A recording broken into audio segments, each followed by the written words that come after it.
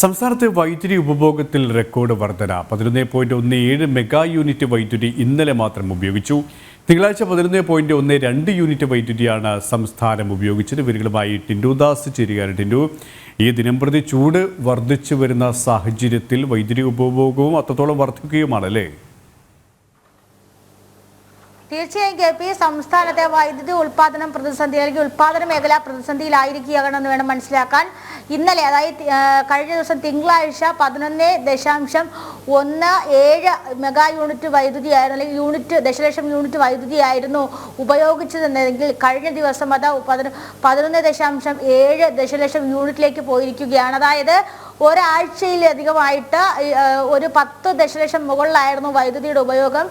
കഴിഞ്ഞ ആഴ്ച വ്യാഴം വെള്ളി ദിവസങ്ങളിലൊക്കെ വൈദ്യുതി ഉപയോഗം കുറഞ്ഞിരുന്നെങ്കിലും ശനി ഞായർ ദിവസങ്ങളിൽ ഒരു കുത്തനെ ഉണ്ടായൊരു മാറ്റമാണ് പ്രകടമായൊരു മാറ്റമാണ് ഉണ്ടായിരിക്കുന്നത്. സംസ്ഥാനത്തെ വൈദ്യുതി മേഖലയിലെ പ്രതിസന്ധിയാണ് ഇത്തരത്തിൽ വൈദ്യുതി അധികമായി ഉപയോഗിക്കാനും കൂടാതെ സംസ്ഥാനത്ത് ഉയർന്നു വരുന്ന ചൂടുമാണ് ഇത്തരത്തിൽ വൈദ്യുതി പ്രതിസന്ധി ഉണ്ടാവാൻ കാരണം.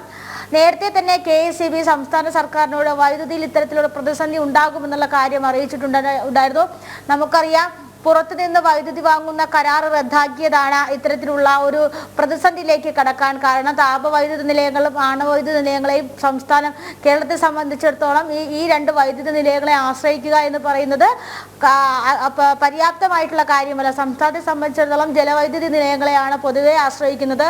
സൗരോർജ്ജവുമായി ബന്ധപ്പെട്ട റെഗുലേറ്ററി കമ്മീഷന്റെ പ്രശ്നങ്ങളൊക്കെ നിലനിൽക്കുന്നുണ്ട്. അപ്പോൾ നിലവിൽ ഊർജ്ജ ഉൽപാദനവുമായി ബന്ധപ്പെട്ട് സംസ്ഥാനം ഏറ്റവും കൂടുതൽ ആശ്രയിക്കുന്നത് ജലവൈദ്യുത നിലയങ്ങളെയാണ്.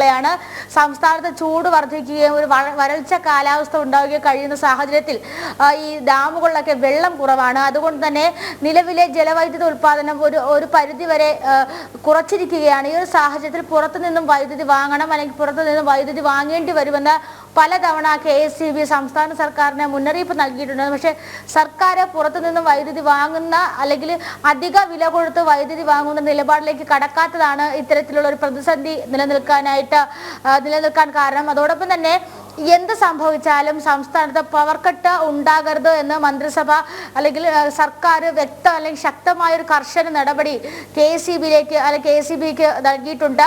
കാരണം നമുക്കറിയാം, ഇലക്ഷൻ നിലനിൽക്കുകയാണ്. ലോക്സഭാ ഇലക്ഷൻ നടക്കാൻ ഏതാണ്ട് ദിവസങ്ങൾ മാത്രമേ ബാക്കിയുള്ളൂ.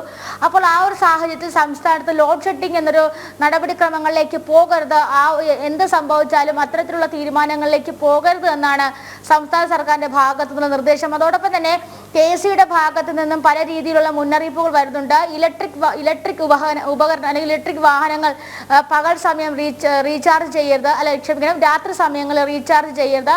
ഒരുപക്ഷെ ഇലക്ട്രിക് വാഹനങ്ങൾ അധികമായി റീചാർജ് ചെയ്യുന്ന സമയത്ത് അല്ലെങ്കിൽ ചാർജ് ചെയ്യുന്ന സമയത്ത് അധിക ലോഡിംഗ് ഉണ്ടാവുകയും അപ്രതീക്ഷിതമായിട്ട് ചില പ്രദേശങ്ങളിൽ സ്ഥിരമായി ഇത്തരത്തിൽ പവർ കട്ട് അല്ലെങ്കിൽ കറണ്ട് പോകുന്ന ഒരു സാഹചര്യം ഉണ്ടാവുകയൊക്കെ ചെയ്യുന്നത്. അതുകൊണ്ട് തന്നെ ഇലക്ട്രിക് വാഹനങ്ങൾ രാത്രി കാലങ്ങളിൽ ഈ ചാർജ് ചെയ്യരുത് എന്ന് നിർദ്ദേശം നൽകുന്നുണ്ട്. അതോടൊപ്പം തന്നെ പീക്ക് അവറിൽ ഉപയോഗിക്കുന്ന ഇലക്ട്രിക് ഉപകരണങ്ങളുടെ അല്ലെങ്കിൽ തോത് കുറയ്ക്കുക.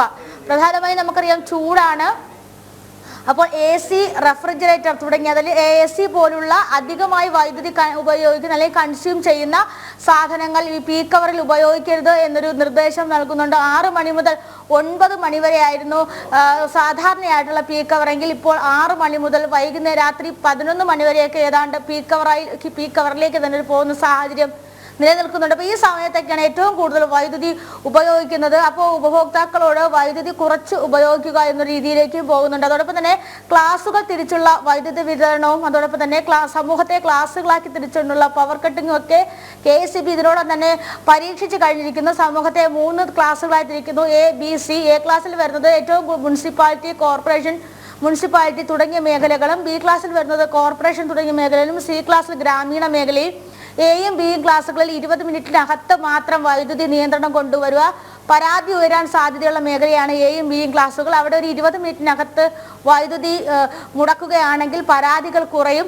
അപ്പോൾ പരാതികൾ കുറച്ചുകൊണ്ട് വൈദ്യുതി മുടക്കി വൈദ്യുതി സേവ് ചെയ്യുക അല്ലെങ്കിൽ സൂക്ഷിക്കുക, അങ്ങനത്തെ ഒരു നടപടിയിലേക്ക് പോയിട്ടുണ്ട്. C ക്ലാസ്സിലേക്ക് വരുന്ന സമയത്ത് ഗ്രാമീണ മേഖലകളാണ്. അവിടെ യഥേഷ്ടം വൈദ്യുതി നിയന്ത്രണം കൊണ്ടുവരാം. ഒരുപക്ഷെ അരമണിക്കൂറിൽ കൂടുതൽ പവർ കട്ടിന് സമാനമായിട്ടുള്ളൊരു വൈദ്യുതി നിയന്ത്രണം കൊണ്ടുവരികയാണെങ്കിൽ നിലവിലെ പ്രതിസന്ധി പരിഹരിക്കാമെന്നാണ് KECBയുടെ ഭാഗത്തു നിന്നുള്ളൊരു ഇപ്പോൾ KECB പരീക്ഷിച്ചു കൊണ്ടിരിക്കുന്നത്. അപ്പോൾ എന്തായാലും രാത്രികാലങ്ങളിലല്ല, പകൽ സമയങ്ങളിലാണ് ഈ വൈദ്യുതി നിയന്ത്രണം കൊണ്ടുവരുന്നത്. എന്തായാലും സംസ്ഥാനത്ത് വലിയ രീതിയിലുള്ള വൈദ്യുതി പ്രതിസന്ധി നിലനിൽക്കുന്നുണ്ട്.